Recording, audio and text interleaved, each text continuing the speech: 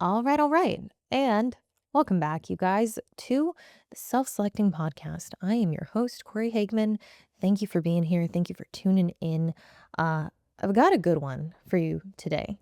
I know that y'all really liked that video I did on how to get shredded. That was a solo episode, I believe.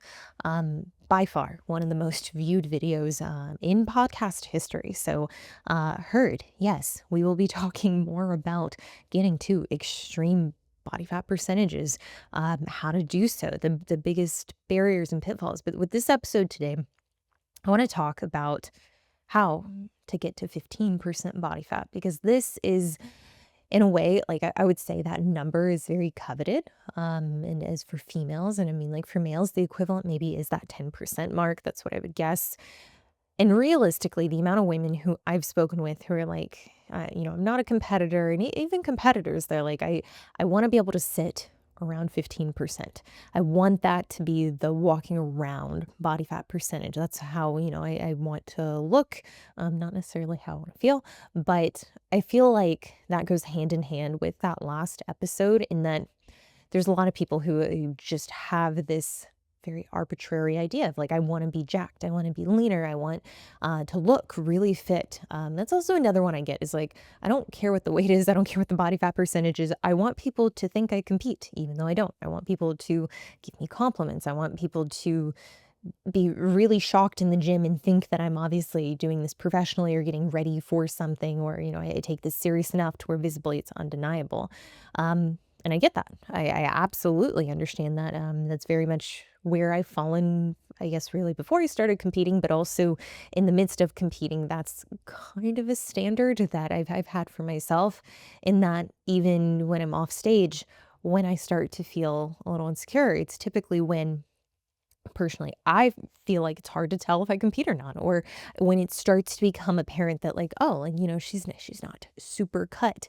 And to each is their own. Everyone has preferences on how they want their body to look, and even specific body parts. But I feel like this number specifically is one that we often attribute to a lot of like fitness success, and we use as like a landmark to be like, oh, you're under 15%. That's super impressive. And some of y'all listening to this, some people are gonna be like, wow, like that makes me uncomfortable, because like even 20% is impressive. So I want to be clear. I want to be super clear, because this is the internet. This isn't to say 15%, or sorry, higher than 15% is not impressive. This isn't to say 20% isn't impressive. This is specifically solving a problem or answering a common question that I get within my very niche demographic. What I feel like is pretty niche, of people who really just want to take their body to a level that would be hard to do on their own, or maybe they haven't done in the past. So, all that to say, that's what we're talking about. How to get to 15% body fat as a female. For many, it's not just about the number. And if you've never been there, getting down to 15%, it really can. It can be a huge pain in the dick. It can be a lot of work. It can require a complete 180 in terms of lifestyle and decision makings and routine. But that's where I think, even zooming out further than that, if it's a body fat percentage that you've never gotten to, or a level of leanness that you've never achieved, it can be very intimidating, and it can feel almost like unreachable. Like it's something that realistically, maybe it's not genetically in the cards for you, or maybe you're past an age and where you're capable of getting to that. And I want to just say that out the gate. I want to dispel this belief that, because of your age, because of your training history, because of your genetics, because of perimenopause, because of menopause, that you're unable to get your dream body, your dream physique.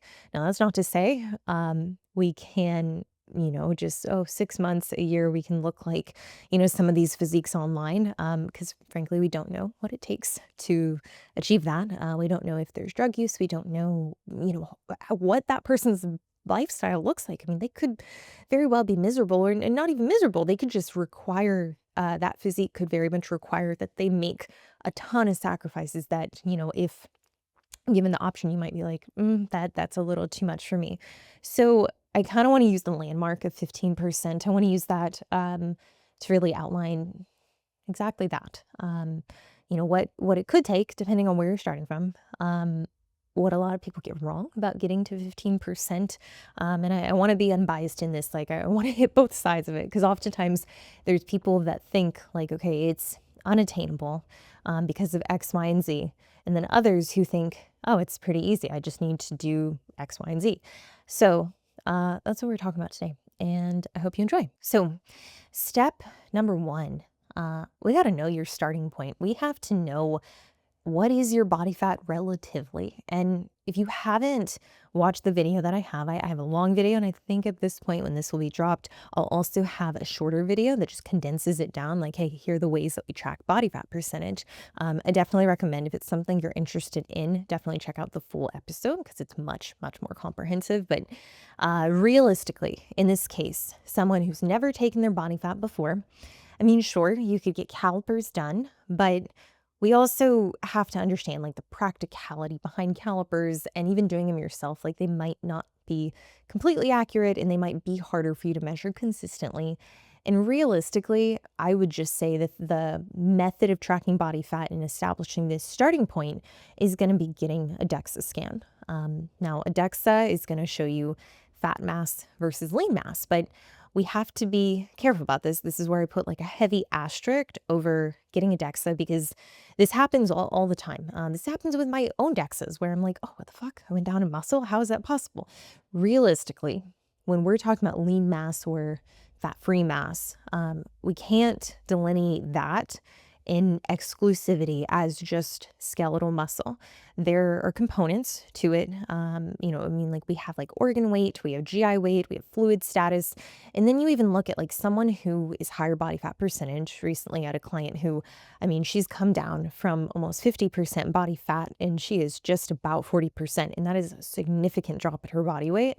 But one thing that I kind of had to walk her through, I'm like, hey, with this body fat percentage, we know that there is a component of intracellular and extracellular fluid that's going to shift as we lose body fat. And it's not the cells that we're actually losing, it's just that there's going to be shrinkage. And there very much is a pretty big hole in DEXA scans in the data that they're producing, in that they're not really able to differentiate in exclusivity, like water weight.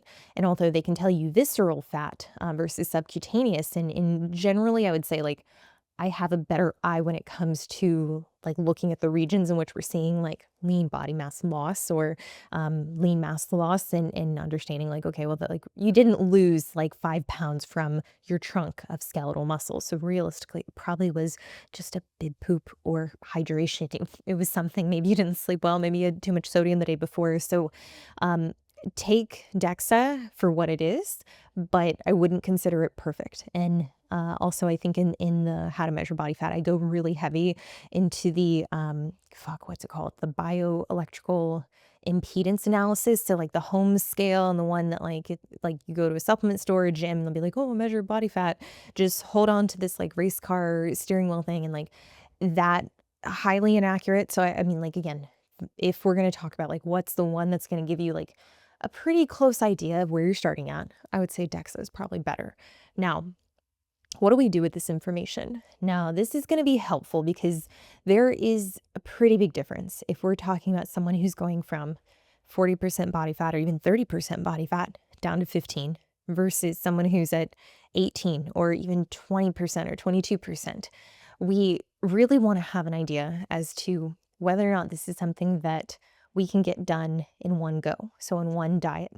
Now, this was something that I've kind of reflected on in this fat loss phase that I've done in like previous preps, is like how much fat and how much weight, really like scale weight, should you try to lose in one go before realistically you're putting yourself at risk for muscle loss, especially if you're not enhanced and if you're like suboptimally in a hormonal state that is insufficient.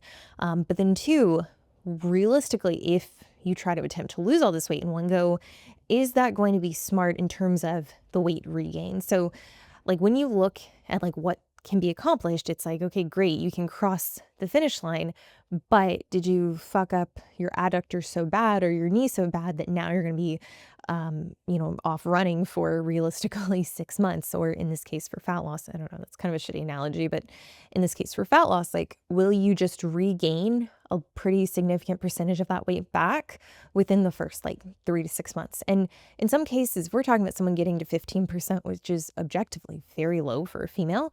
That might not be where you want to stay. Like, regain might very well be a part of it, which I've butt heads with clients before who are like, hey, I want to maintain under 15% and have a period and not affect my fertility and be natural and have free meals and kind of fuck off with my training. And like, if you can't tell, it gets on, it's like, it kind of like, it bothers me because I'm like, oh man, like you don't see how much of a detriment the body fat in itself is to all of your aspirations, like let alone like strength and performance aspirations, but all these things, all these conditions that you have, like realistically, the body fat is leaching from all of those goals, making it to where you're not really going to be successful. Like, I know there's some people be like, oh, I can do it all. Like I can maintain 12% as a female and I still get a period. It's like, yo, show me the lab work. You getting progesterone? Because if you're not getting that, you're not ovulating. That's called anovulation.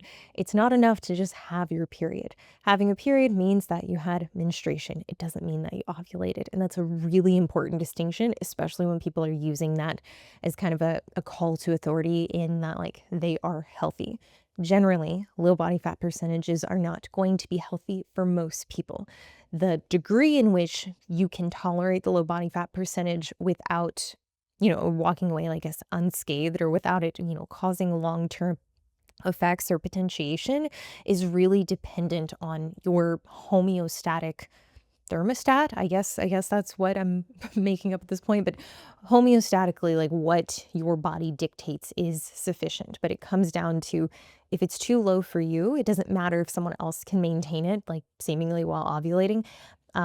But realistically, there's going to be a lot of people that even at 15%, it's not going to be most ideal. And it's going to come with other conditions and requirements, especially if they want to maintain that. But all that aside, a little bit of a tangent, what I'll say is that the number that I kind of draw the line in for myself and for most clients, right around that 25-pound mark. If we're talking about 25 to 30 pounds, and realistically, when I'm looking at that, I'm like, I don't love that amount. I don't even like 20 pounds as like the amount of weight you're losing in one go round. I have done that. I've done 25 pounds. I think that's about the heaviest. I think 24 actually.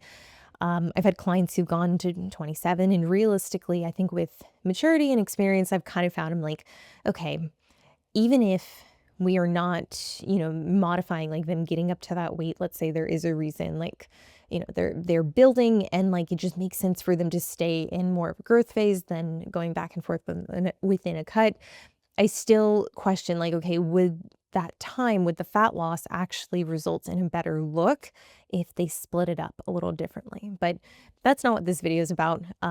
If you are kind of on that upper end of like, hey, I'm at 25%, 30%, and for me to get to 15, like realistically, it's going to require significant fat loss, then we may want to segment this up. We may want to set, I would, when I say more reasonable, people often think, oh, like, you're coddling, or like, you're just making it too easy. It's like, no, there's a reason for this, because you can starve pretty much anyone. Like, you can starve someone from a very high body fat percentage to a very low body fat percentage. But psychologically, there's a cost. Physiologically, there's a cost. And those are things that you do have to pay off after the diet. I very much think about fat loss as, finances when you're talking about like accruing or acquiring credit card debt. That's not something we can just ignore. It means that you take to get to a body fat percentage or body weight, you are responsible for that after the fact. And I think a lot of people, they want to do the hardcore thing because it's easy. They want to horse blinders on and like, I'll do whatever it takes. Cool.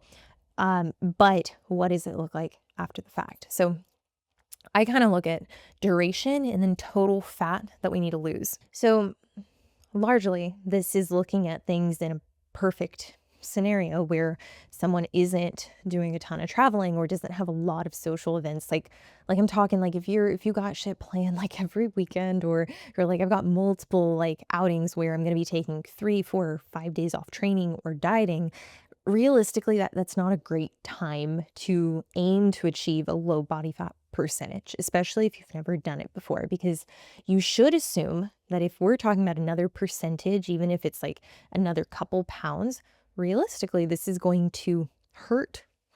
Yes, for some it's going to feel physically uncomfortable, for many actually, more than you can probably anticipate. And I can say like I've been I I'll say I've been north of 10%. The last prep I did, I never got my body fat tested, but the pictures do not lie. I was very much see-through. I'm not going to go as far to say under 10%, but I was extremely lean. And even getting like to that at, 117, 118 at 5'4", I mean, like with like 110 pounds of muscle. It's like that was a lot for me. And realistically, I can say that like getting there for the first time, it very much made it to where after the fact, I was very ready to be done. And that's not where we want to end the diet. I did it for contest prep. So I would say there's a little more context there. But like in the case of someone who's not getting stage lean, realistically, we should end the diet before we're at almost a point where like quitting, walking away, coming out of it is necessitated. That's really where I want to catch clients is I don't want to end when we're in the red. I would rather end when we start to see like the orange creep up a little bit. We're like, okay, there's some like notable discomfort and like there's definitely some physiological adaptations that we shouldn't ignore, but we want to call it before the person is like, I can't do this anymore, and they swing so far the other way. Now, in terms of duration, I mean, obviously it depends on how much weight you have to lose and how quickly you're losing. And I guess I should have mapped out the math on this first, but I'm just going to kind of do it, I don't know, free. When it comes to the amount of time I would have, like, I really want to say like, oh, we shouldn't really push past this amount of time dieting, about 25 weeks. So we're talking like close to 6 months. And realistically, I think that's the point where it's like, it's going to be very hard to manage that dietary fatigue that inevitably will accrue. And if this is also corresponding with 20 to 25 or even 30 pounds, it's like that's a completely different person at that point, especially if you started not at a high body fat percentage. If you started, in the mid 20s and you got down to 10%, 12%, 15%, it's like, okay, we need to take that into account. But the more weight that you have to lose, the harder, or I would say the higher probability that you're going to have this rebound. So realistically, if it is more than that 25 to 30 pound mark, I would just honestly segment it up, set shorter diets, maybe in the course of 6 to 8 weeks, try to lose at that 1% or even maybe 1 to 1.2 pounds per week. And this is where I had someone, a client who, we are going into a fat loss phase, and I posted, I'm like, I want you to lose at, I think I actually framed it. I was like, we're going to create a 500 calorie deficit a day. And out the gate, and her calories are really fucking high, but I laid this out and she's like, ooh, that's going to be too aggressive for me. I think I'm going to start losing muscle. I don't want to do that. I'd rather lose closer to 1 pound a week. And I was like, great teaching opportunity. Okay, 500 calorie deficit a day is, over the course of 7 days, a 3,500 calorie deficit. That should reasonably result in a pound loss per week. And we can do this math all the way up to 2 pounds per week being a 1,000 calorie deficit, 1.25 pounds per week being a 750 calorie deficit, even the other way, 250 calorie deficit a day. Okay, we're losing half a pound per week. So it really is that simple. It's just a matter of what variables we use or we manipulate in terms of creating that deficit. So we can't be 100% every day. That's where I would err on the side of aiming for 500. And then if we're short of that in terms of that weekly rate of change, we can either go up or we can say like, hey, like, there probably is more that can come with tightening up adherence. Let's keep things the same and just tighten up execution. So that kind of brings me to the next point is like, we have the DEXA to give us like, that framework of like, can this be done in one go? Now, I had a client who she came to me. She was already very lean, but like she came to me, she's like, I am not a competitor, but I do want to get to like a very elite level body fat percentage. And when got to 15%, I think she actually got to like 14, she wasn't super happy. And the big complaint that she had, like she was proud of the work that she did. And she was like, this was way easier than I imagined it was going to be. But the actual look itself, like she had some critique. She's like, I'm not happy with my legs, specifically my quads. Like I still have quite a bit of like softness compared to my abdomen, where I straight up have a six pack ab vascularity. She's like, on my butt, I still have dimples. I still have cellulite. So like that kind of bumps me out because I can now see the discrepancy in muscle to fat. And like if you were to cut her in half, like from the, at the waist, from the waist down, her body fat percentage was much higher compared to from the waist up. She looked like an elite level athlete. And again, she looks incredible. I'm like, yeah, like these are things that are very normal feelings. So like, don't attribute this to like something that like you did wrong, or even the fact like don't attribute it to like you can't look the way you want to look. It's just now that we've shed the fat and we know that like there is still body fat on the lower body, not to the ratio of muscle that we want. Now we have the next, like we have the strategy. The strategy is to build up to change that ratio of the lower body. So I feel like in her case, like it took seeing like, okay, like we got you the six pack, 'cause that was a big thing. She's like, I want a six pack. I want my shoulders to be capped. I want vascularity. And it wasn't until she saw how big of a gap it was at the lower body compared to the upper body and the torso that she's like, oh, fuck, like that's also something I want. So to me, I'm like, that's a very positive and even expected goalpost shift. Now it's like, okay, we need to build muscles. So there's that buy-in, be like, hey, to make you look the way you want to look at the end, like we really have to make sure that we spend time in a build. It just can't all be fat loss. You're not really going to have that same look, or you're going to have to get to a very low body fat percentage in order to attain that, which like I posted the picture of myself, like just my check-in picture from 22, where I got, very close to 10%. I'll say somewhere around that. I don't know, maybe 10, 12%. It was very, very light. And realistically, like I got so many people who were like, that's so gross. Like, that's cool, but like, that's like not at all how I'd want to look. Even during that prep, like I remember other athletes like in bikini talk, like they were very much like, I don't want to look like her, like props, but that's way too lean. And for me, that's like a really cool milestone to get that lean. But again, it's not really conducive with the overarching goal of like, I want to be a top competitor on stage. That means not having to get that lean to have a certain level of visibility and detail. Now, the other question I really have to ask is like, if you have this goal of 15%, and let's say you're in that 25% range or even 35% range. Okay, so we're talking about anywhere from 10 to 20% change in order for you to ultimately reach that finish line. Now, I have a client where she came to me, she's like, I want to get ready for my wedding. And she told me out the gate, she's like, for work, I have to travel often. My husband's a chef, so constantly he is like making stuff. He's like, we cook dinner together, and like that's not something I really want to sacrifice. I'm willing to do a little bit more cardio to make up for the extra bites. But I also like when I have clients in town, I am going to go out for a drink with them. And in her case, it was like she kind of set the tone from the get-go. She has quite a bit of weight to lose, but she told me, she's like, this is what I can commit to. Is my goal still possible? And, I told her, to be honest, I'm like, hey, it kind of depends how this actually shakes out, because I can tell you, I've had people come to me who are like, I can do whatever you say. Like, I am an easy client. I'm very coachable. It's 100% adherence or nothing. And yet we get started and it comes to light very quickly. It's like, okay, like what you consider 100% adherence isn't actually 100% adherence.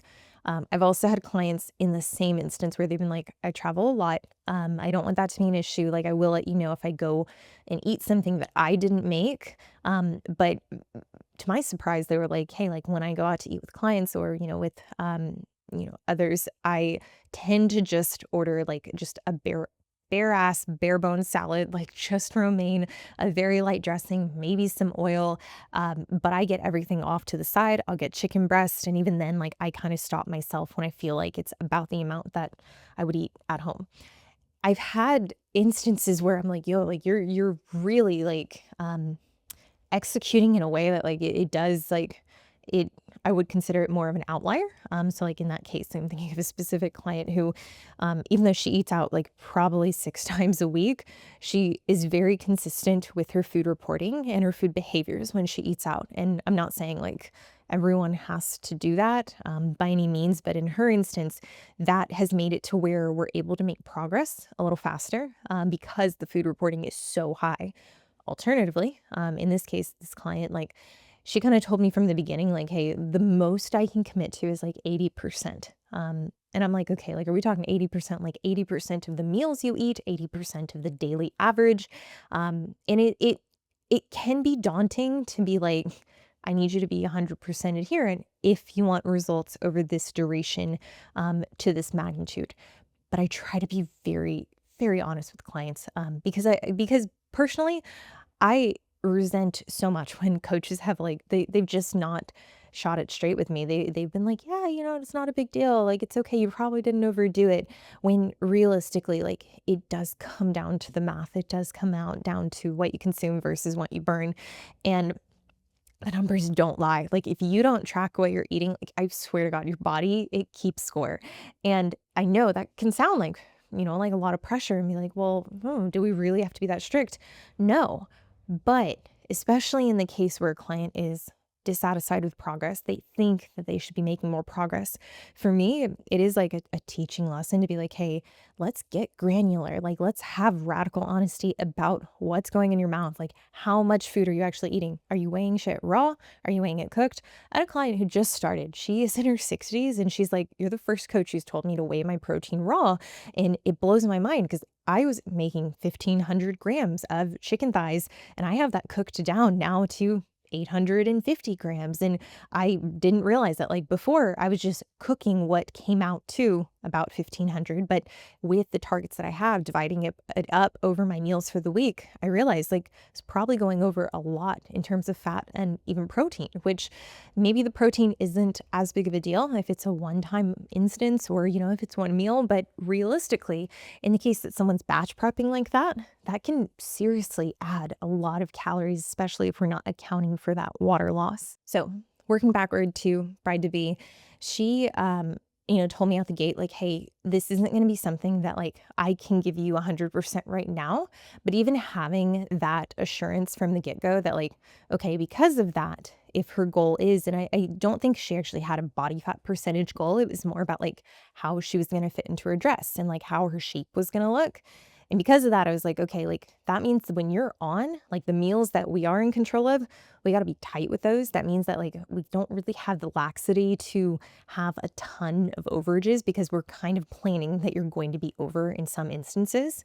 And realistically, there should only be a couple meals each week that we're saying like, yeah, like this is going to be truly an untracked meal. And I think in even her case, like we agreed like 2 meals could be like technically untracked, but in the instance that she was like also doing additional bites from her husband, or she was having like, let's say alcohol in addition to very high fat meals, we would kind of need to game plan based on that week. So each week it was almost like, almost like watching game tape. It was like, okay, here's how you chose to execute. Here's what I would recommend if this same situation, comes up again.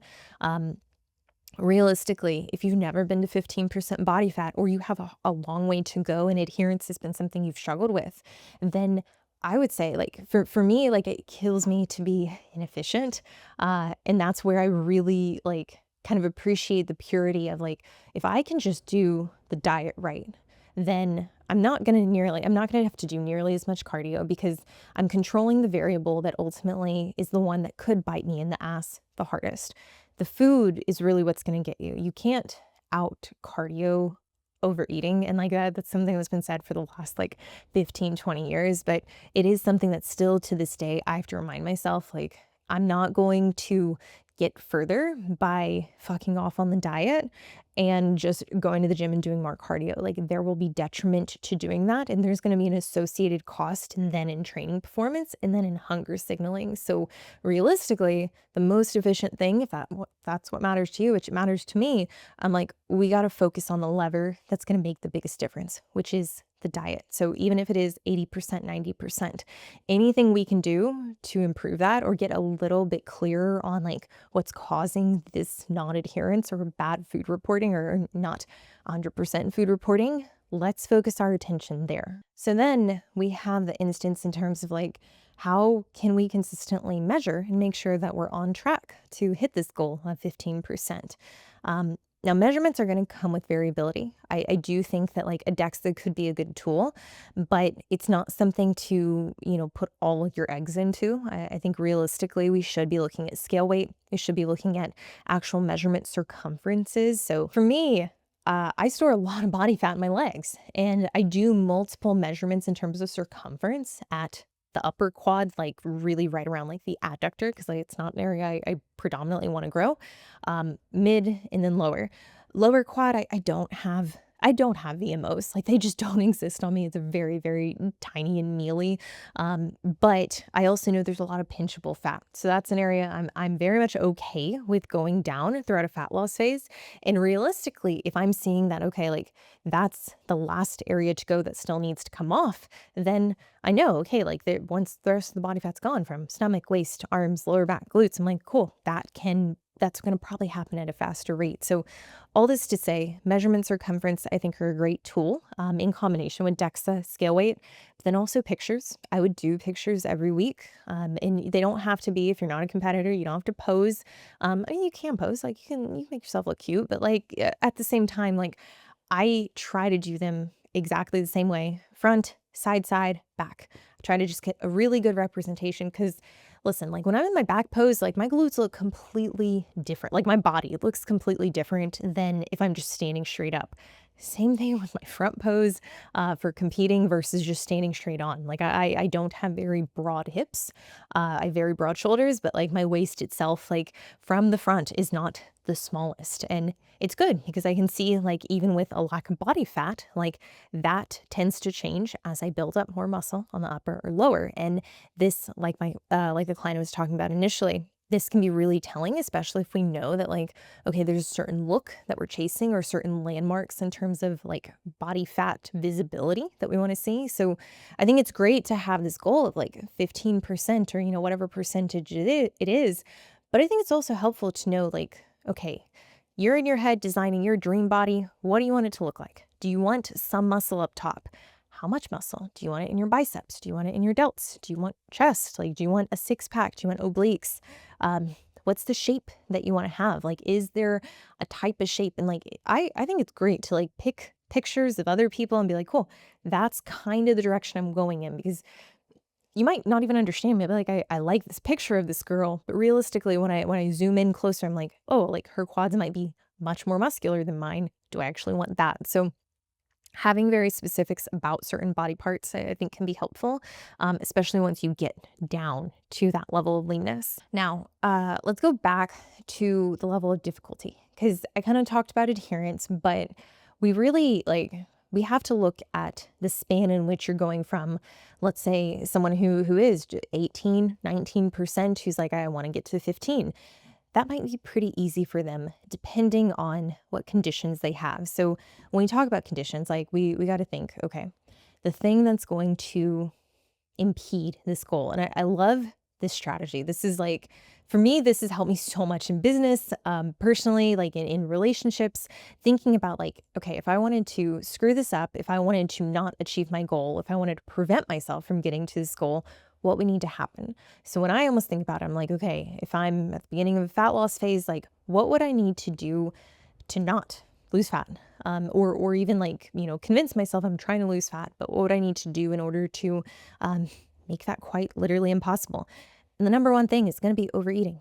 Eating in a way that is unaccounted for, convincing yourself that you're on plan, that you're adherent when you're not actually.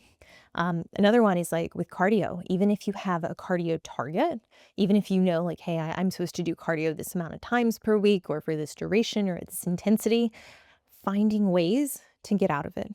Now, I know right now, like in this day and age, there's a lot of people who work from home, people who go to school, people who have the luxury. I think it's incredible.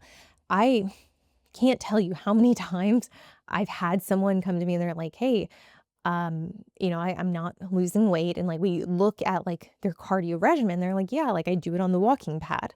And I'm like, okay, cool. What's your heart rate on the walking pad? Like while you're reading, while you're studying, while you're in lecture. And they're like, oh, like maybe 95, maybe 100. That in itself, like those do count as steps. Like walking on a walking pad for sure counts as activity. But that's not structured cardio in the essence of what I'm aiming for. It doesn't mean that you have to go out and do sprints or you have to do Stairmaster. But I think having an idea of average heart rate while you're actually doing structured cardio, I think it really purifies like your perception around like, is this cardio or is this non-exercise activity? Because that's very much how I would categorize steps on a walking pad. Is like if you're just doing them like I used to have a treadmill in my apartment and I bought like one of those little planks and I would have my computer up. And I remember I was in a fat loss phase. I was trying to like do check-ins while I was doing cardio or do school or do like I was doing an act at like something where I was typing and I was like, it's right around the point where heart rate's like 115 just from like literally stepping on this treadmill that I'm not able to like actively work and like reading, watching something that's completely different. Some people they can read and achieve that heart rate.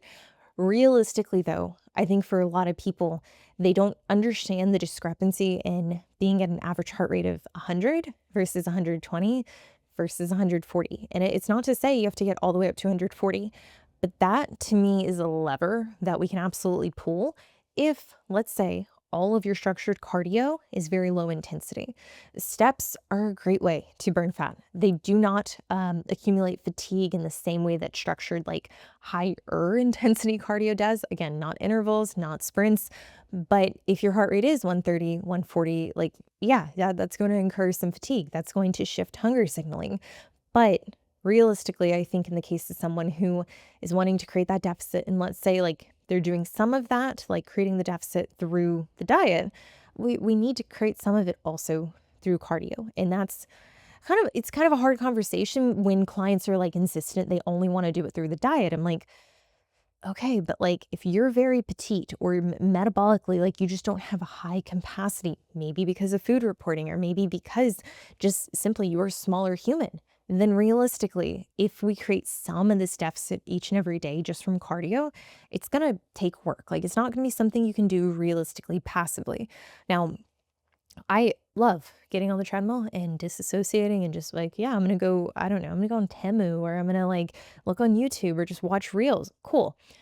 Um, if I'm not paying attention to my heart rate, it's very easy to miss that segment. And I've been doing it long enough and doing enough cardio to kind of know like the point in which um, I'm at the heart rate I should be at, depending on the modality, is where it's difficult to hold a conversation. Like truly, if Jordan was next to me, it would kind of be uncomfortable and inconvenient to like be like veering off and talking to him and just carrying on a conversation.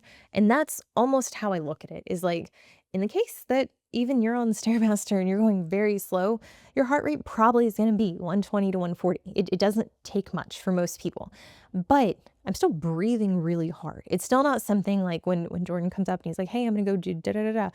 I'm like, okay, cool. Like, and that's kind of the extent of it. It's not something if you were hanging out, I could really carry on with. Um, all that to say, if that's a lever that you're kind of like, oh, well, I don't love doing cardio. Like, it's okay. You don't have to love it, but let's find a modality and let's find a duration that at least contributes to that deficit per day. Because I can tell you, like, I've done the diets where I do minimal cardio, like very, very minimal.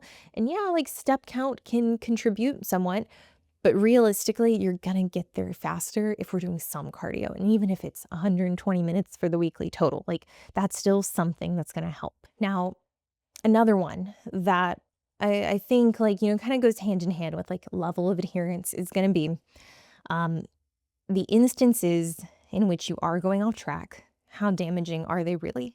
And it's a pretty like I've had clients come to me who are like, "Hey, like I'm just ready to lose the weight. I've already been in a fat loss phase, but realistically, I need to get it off. So I just want to, I did a short diet break, but like I want to just dive back in." Now, in these cases, like there's many clients I've taken on have been like, "Cool, let's see what you can accomplish, like just fresh working with me." Um, in some cases, like people are like, "Wow, like I realize now, like this is completely different than what I was doing. I don't even think I was in a deficit before." Um, and in turn, like, they do lose weight and, like, maybe we don't have the runway that we could have had otherwise, but, they're in better spirits and they appreciate the approach and they're able to stick to it. And that really comes down to not like a secret sauce that I have or a secret method, but it's rather like making their numbers make sense for their perception around how hard this is to stick to. Because oftentimes that in itself can be defeating. If it feels like the diet you have to follow, like if it's a menu plan, a meal plan, and you're just like it's not even about the amount of food, it's just like the inconvenience of always having to eat the same thing and feeling like I can't really deviate from this. That over time is going to erode discipline, willpower, adherence. So really the instances that I've seen the most success with myself and with clients is when we can kind of turn that knob back in terms of willpower. Like your perception of how much discipline you have to put forth to maintain the diet, that over time can really like leach into your ability to stay on track, into the sustainability of it. And that's where like I had a client this week ask, she's like, "I'm at 4 meals. Can I go to 5 meals?" And to be honest, like we're having issues with adherence. There's a lot of things that are coming up unexpected, not within our control, that have made it hard. And, I empathize with that, but I'm like, okay, this question about the meals, like, I want to make sure I understand and you understand too what you're thinking.